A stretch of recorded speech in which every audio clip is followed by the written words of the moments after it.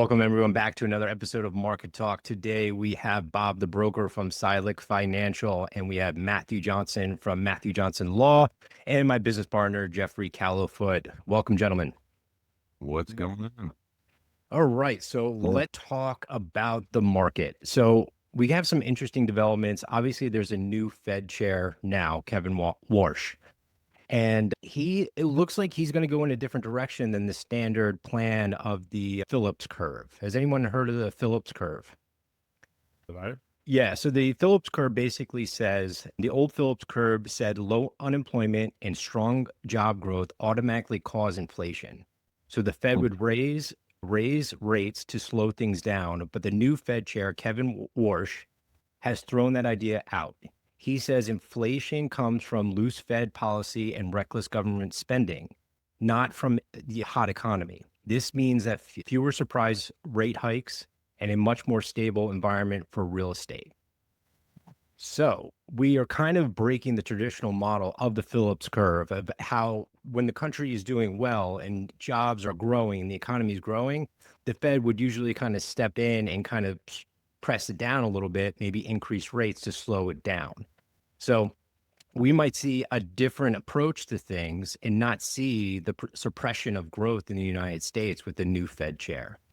So how can this relate to, job growth, interest rates, or anything like that? Because it always in the past, it was like we would wait for the Fed chair to come out almost like, Groundhog Day. Like, did the groundhog see his shadow and he's going back into his hole, right? It wasn't based on reality almost all the time. It was about predicting what the future holds. But now we're going to try to react to the reality of the economy and whether it's growing or being suppressed. So I wanted to get your thoughts, on some of this. I will start by saying that he won. Yep. All right. So he does not get to make the decisions himself. So this might be his attitude, his idea, and ultimately it comes down to a bunch of people voting, and it's very hard to completely influence the entire board. So you may see some changes over time, but I still think that you have a bunch of these Fed chair people who work in their set ways. Yeah. Yeah. I mean, the set ways of, the Phillips curve is like their model that they've been staring at for the last 150 years. So if someone's trying to take a different approach to that, we can see it. We are obviously seeing increase in manufacturing coming into the United States. The Midwest in regards to trucking is just booming right now. So, which is interesting to see. So, Matt, what's your take on overall stance right now in regards to the market? Well, two things. First of all, I think when it comes to the Fed, number one, are we talking short term or long term? Obviously, short term, probably not going to be a lot of change for us to look at right now. Long term, hopefully, but it may be too little too late. We don't know yet. We have to see what happens. Beyond what the Fed is going to do, even if it changed things in the next week or two, we're talking about New Jersey. Federal policy is great overall, but New Jersey's unique, as we know. I don't know how much the effect is going to hit New Jersey for a while. Our problem, from my perspective, is inventory right now. So unless the economy starts booming and we have new construction and we have a lot of people moving around, I don't know if that's going to really affect us in the short term, at least. I would agree with that. I don't think anything is going to drastically change overnight by any means. And in one person's idea of changing things, we've seen how that goes over. It takes time to sway the room as time goes on. Yeah. And, inventory obviously is low and obviously we need building, but I think the market is basically still frozen in regards to so many people still sitting on that 3% interest rate. I think there's still a lot just bound up in that 3%. There's no doubt in our market specifically, so many people are in those rates. They bought those rates, they're refied into those rates, and they're going to sit on them until things make sense to them. So we were talking about this before we started recording, but our market hasn't changed all that much in the last couple of years in our specific area of New Jersey specifically. Some of our partners down in South Jersey markets, they're experiencing a little bit of a change in some of the areas. I'll say even up here, parts of Western Warren County, things are definitely slowing a little bit more. Houses that maybe last year were selling in a week or so are sitting for a month or two. So there's definitely a little bit of a slowdown in some areas. Other properties, Jay, like in the West Orange area in Montclair, forget about it. Like you put anything on the market there and you could literally put a $1 price tag on it and it's going to just go where it needs to go. Yeah, the market would definitely set the price. Yeah. I will add to that I have started getting more calls from those 3% people with a rate, people with 3% rates. I think that the idea rates in the cities have kind of settled down. People are kind of getting used to it. Mm-hmm.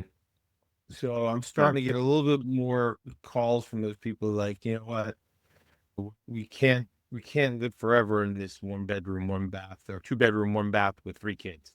Life is going to dictate a lot of decisions regardless of the rates. And we're seeing that, right? Like, I mean, one of my listings right now, they're relocating to Florida. God bless them. Mm-hmm. Another, a couple others that we have, they're estates, so like you're going to have those life changes, retirements, more kids in the family, those things are going to happen, but it's just not what it was before, right? Like, if that makes sense. Like before, the rates didn't really, I don't want to say they didn't matter, but like people were moving every 6 or 7 years, buying a house, starting out, move 6, 7, 8 years later. Now that number is staying 12, 13, 14, 15 years for some people. Yeah. And from my end, of course, I'm always a lag from what you're seeing, but most of the people that end up getting contracts on the buy side, they're not really focused on the rates. They're just happy to have found something that fits their needs, and they don't like the rates. Yeah, but I think it's true. I think people have just gotten adjusted to it, just like the cars. I'm a car guy, so I like to follow the interest rates on cars too. And we all got used to the 0%, 1% rates for cars, and that went away for the most part. And now we've gotten used to it again. Now we unfortunately have to deal with a higher rate. I think the same thing's here. If you want something and you need to change your lifestyle, you're going to change the lifestyle based on need as opposed to reality in mind, as opposed to what used to be. Yeah. So I don't know if the rates are really affecting things as much. Availability. That's what I'm seeing on my own. Yeah. I mean, if I had to make a prediction, we're going to see, I think the norm is going to be in the 5 and 6s in interest rates for a good period of time. And I do agree I'd love that to see 5s again. I do agree we're going to sit here for a little bit. And I do think eventually the 3% homeowners are going to get squeezed depending on the increase in taxes in the towns that they're living in as well. I think that's going to be a factor. We're looking at Jersey City right now. Jersey City just announced a 28% deficit in their budget. Where is that money going to come from? It's a $250 million deficit. Insane. And honestly, a lot of these municipalities have just been kicking the can down the road in New Jersey for a long time, and the bills are coming due. So, I mean, I don't think it's going to be one indicator, but I do think taxes are going to squeeze that 3% homeowner in the upcoming future to eventually make a move. And whether that's definitely going to in-state or happen. out. You have some like fixed income homeowners that refinance that are, nearing that age of, retirement, or they'd retire. That increase of $1,000 to $3,000 in taxes can really change their lives a lot. Yeah. Yeah, I think it's, like I said, it's going to be a combination of things. But yeah, I mean, it's going to be interesting in the next 12 months to see what happens. Well, Jay, I don't want to be the negative one today, but I'm taking fine view of what the world is experiencing right now. Look across the Hudson. Look what they're doing. There are new taxes going on, especially against property owners now, or at least they're trying to put them in. And New Jersey has very similar politics right now, or at least it's edging towards that. And our government that we have currently is not looking to reduce the cost of sellers. I mean, they've changed the rules on the mansion tax, as you guys know. Now it's on the sellers. They increased the regulations on the water testing and other testing requirements, making everything more expensive to sell a house. And they really haven't gotten into any heavy new policy changes. Now, if they follow the course of what New York's doing, and they start implementing VAT taxes or wealth taxes on property, because that's the easiest thing to hit, just like the city of New York's doing, or at least attempting to, that's going to affect the market too, because it's going to make it more costly for sellers to net. And that could be a problem. I think that's something we got to keep in the back of our mind. It may end up affecting people's willingness to put their places up on the market unless they have to. So keep an eye on that as we get further into politics and after the political climate of this midterm election. I think we're going to have a lot of interesting things happen when it comes to real estate. I would agree with that. I mean, maybe we have an Yeah. increase in rentals instead of home sales at this point. Mhm. People pulling the equity, or if they need the equity, maybe they pull the equity and just rent the property, or they don't need the equity and they just move on and rent the property and let it ride for a few years. Yeah, I think we're going to see more of a mass exodus to the south soon, I think, if that continues. well, I would say, we used to talk about what does the rate have to be in order for people to sell and move, but I don't think it's a rate thing anymore. I think with what Matt said, I agree. The cost of selling is tough. I think it's more of a desperation. So maybe we need a recession.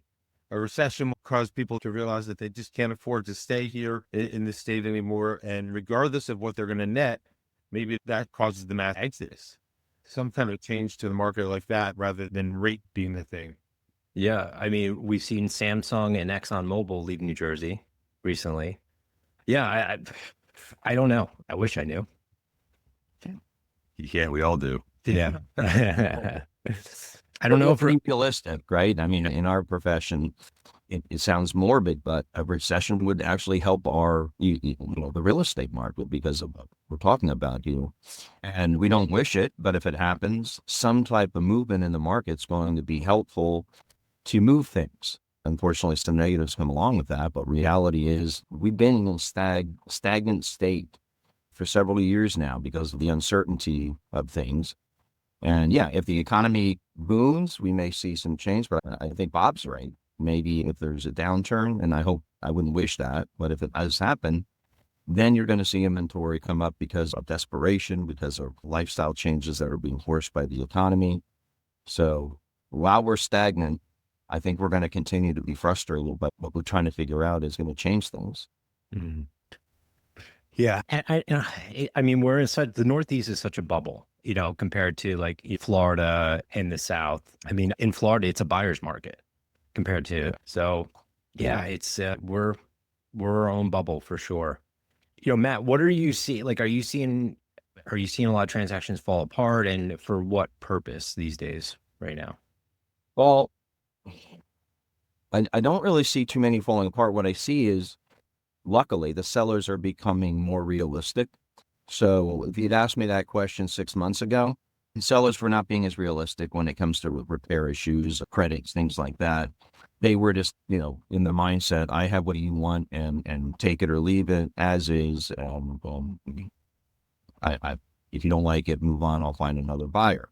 I've noticed, especially in the last 3 weeks, maybe a month and a half, that's changed. They're becoming more realistic, and I think a lot of that has to do with the realtors. They're guiding their clients much better and more realistically to keep the deal together. That old saying, one bird in the hand is better than two in the bush, is very apt right now. You don't know what's going to happen if you change the parties. So I've seen less fall throughs, which is nice. But when they do fall through, it usually has to do with a buyer that can't qualify or something changes in their life. But I've seen a lot more working together happening when it comes to keeping the deals together. And I'm not going to take the credit for that, because I think it's the realtors that are guiding both buyers and sellers in the background, trying to make them more reasonable. And that's working well from my perspective. It's rare to have a fall through, but it's always going to be related to reasonability when it comes to the inspection related issues. Mm-hmm. Matt, can you elaborate a little bit on, we see it all the time on our listings, sellers want as is, right? I love the statement as is, because I'm like, one, you can't force anyone to buy something as is. If there's something seriously defected with the property, it's not the buyer's responsibility to just take on that problem. So what's your perspective on it? Well, in New Jersey, it's always, at least for the last 55 years, as is means as is. Every transaction's an as is sale. What it means is what you see is what you get. And I have to explain this to both my buyers and my sellers sometimes. It means that if you look around in one of these houses and there's a defect, the window's cracked, siding's coming down, you see it, it's clear, it's obvious, and you put your bid in, that's what you're buying when you say as is. If you have any inspection rights, unless they are really waived, not for information only, which is a misnomer, but you waive the inspections, yeah, then you can make an as-is sale. But reality is, if you have any type of inspection, what you're saying is, okay, you've seen what you maybe are getting, but you're not a professional. So you have the right to do an inspection. And then you'll really know what as is means when we say it's as is. I think the term for our purposes for realtors should be more oriented towards it's as is once you know what it really is. So don't think of it as the old days where we, in the car sales, going back to that, where, okay, as is, you drive it off the lot and it's yours when the transmission falls out. That's not reality, especially in the second most consumer protected state in the nation. That isn't how it works. If you allow someone to do an inspection of any sort, then as is changes. It changes to, well, I didn't know that when I first put the bid on. There's a defect that wasn't apparent, wasn't visible. Now maybe I don't want to buy the house at the same price, and you're going to have that problem. So this information only was great when we had a different market, but that's changing. Most attorneys, especially the Eastern attorneys, they're not letting that get through anymore. It's very, very difficult to not have inspections be part of the equation anymore. You're going to have to deal with it like the old days. And I don't think everybody's figured that out yet. So it's different. You did. Yeah, for sure. I mean, you can have a true as-is sale, and there's only two ways to do it. One is you can have them do an inspection before they put their bid price in. And then if they know what they're getting and they put the bid price in, there's no negotiation. There's no inspection rights after you go into contract. Mm-hmm. The other is they literally waive their inspections, but you don't let them do any inspections at all, not for information, for nothing. And that's a tough sell. It is. Especially owning certain type of mortgages. It's impossible. So I mean, it is a tough sell because, I mean, oil tanks do pop up every once in a while, for sure. So let's say we did have a situation where we had someone saying, I'm waiving all my inspections. And that does happen.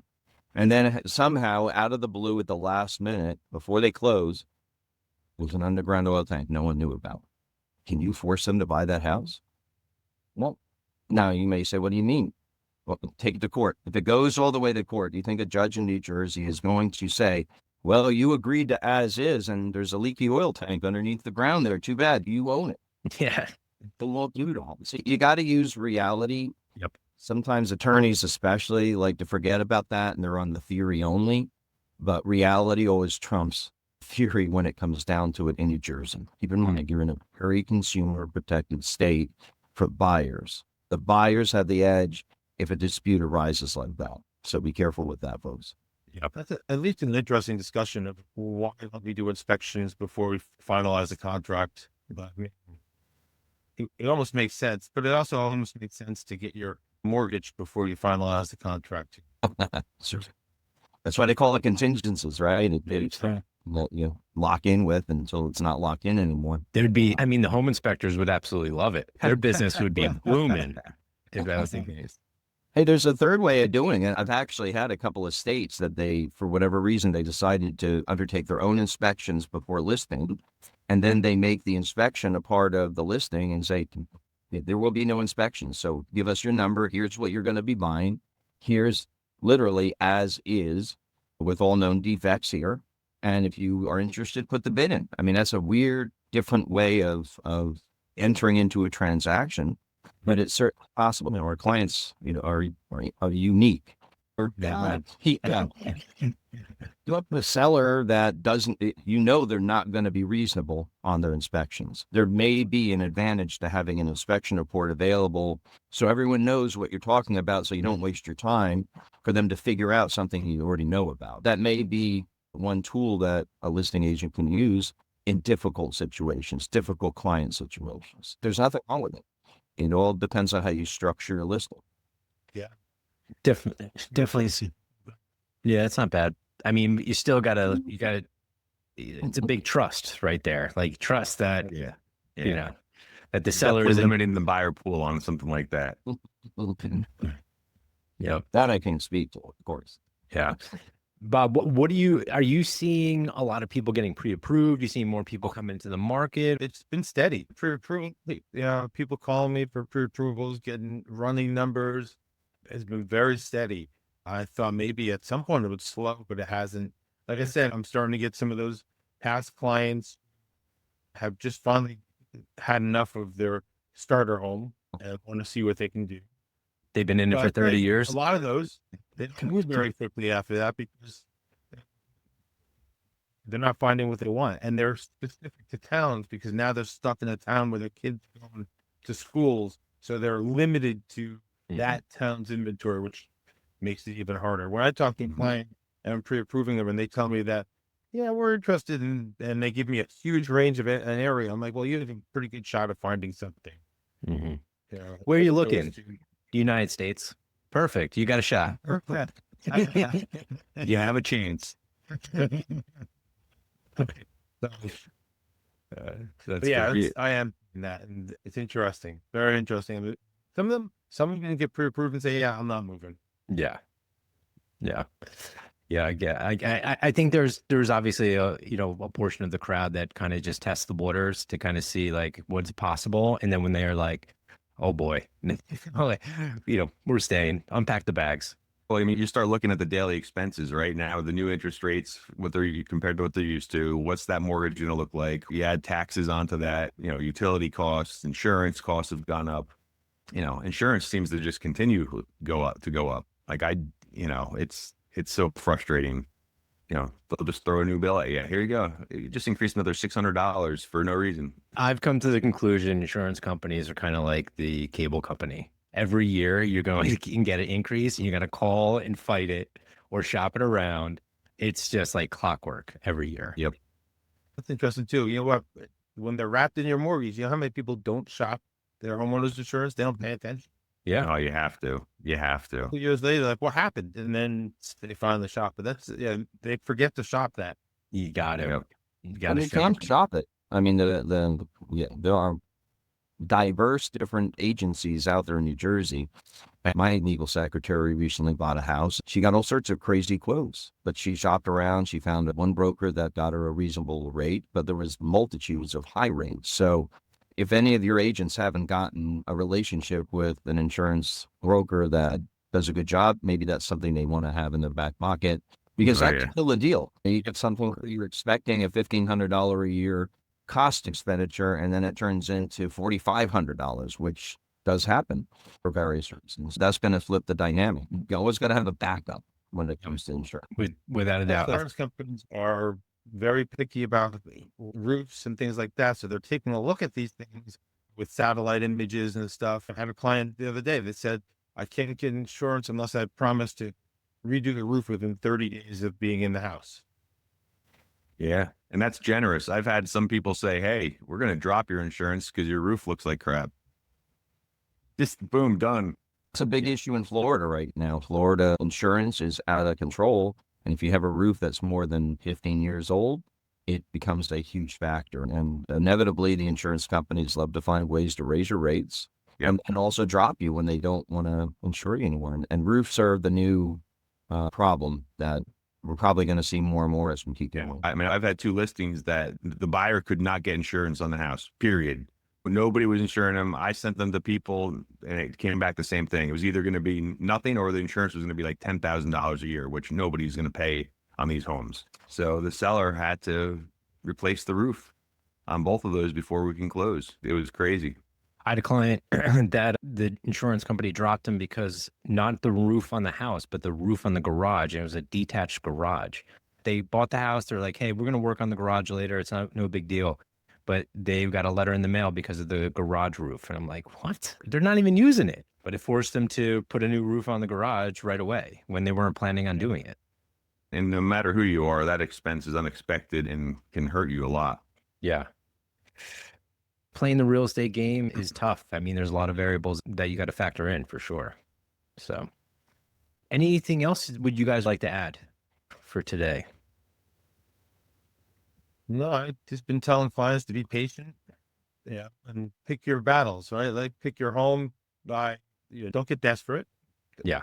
find what you want, pick what's most important to you, and don't make it an every weekend project of going out looking at homes, because then you make some bad choices and you get frustrated.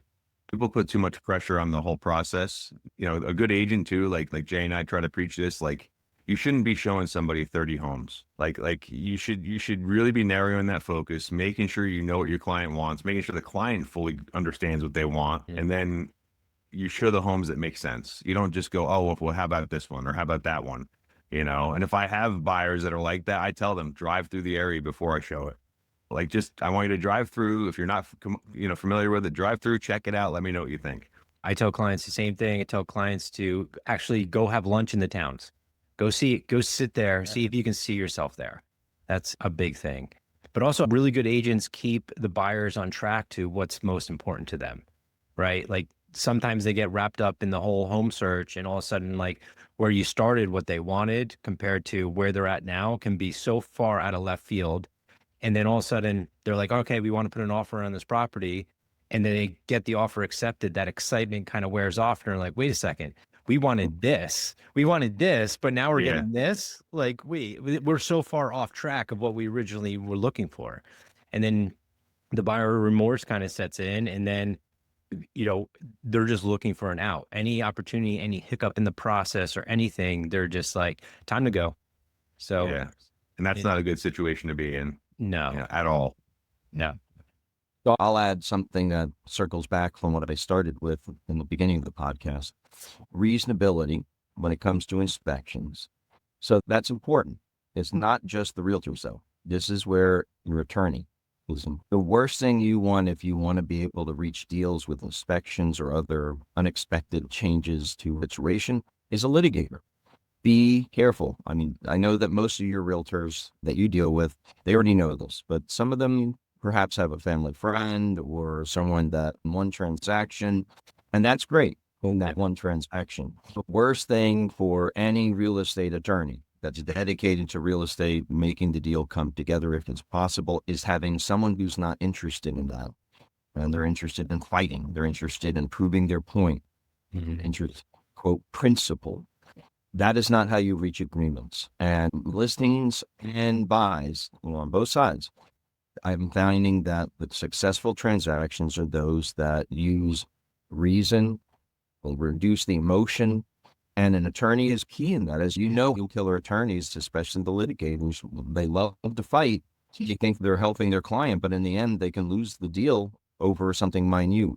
Be very careful. Make sure that you're dealing with a real estate attorney, one that's going to protect you, of course, but at the same time is going to get you what you want, which is to negotiate a fair outcome when it comes to inspections, when it comes to other issues that may arise. That's going to be key.